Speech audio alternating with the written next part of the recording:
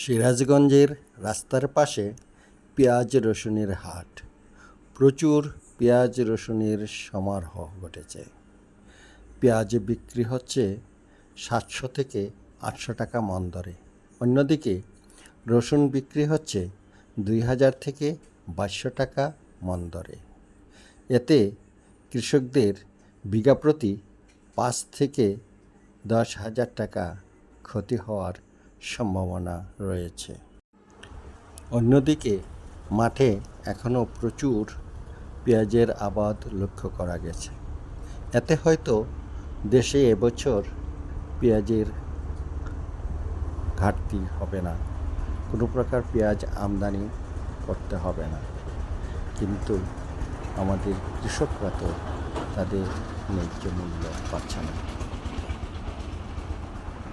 কৃষকরা তাদের পণ্যের ন্যায্য মূল্য না পাওয়ার প্রধান কারণ হল পরিকল্পনাবিহীন ফসল নির্বাচন করা, বাজারের তথ্য না রাখা, মধ্যস্বত্বভোগীদের দৌরাত্ম্য এবং সরকারের পৃষ্ঠপোষকতা না থাকা, অর্থাৎ পণ্য সংরক্ষণাগারের অভাব।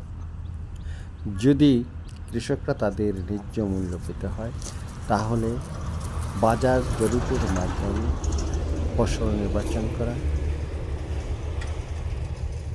তাছাড়া আগাম এবং নাবি সময়ে শস্য আবাদ করা, তাহলে কৃষকরা তাদের ফসলের ন্যায্য মূল্য পেতে পারে।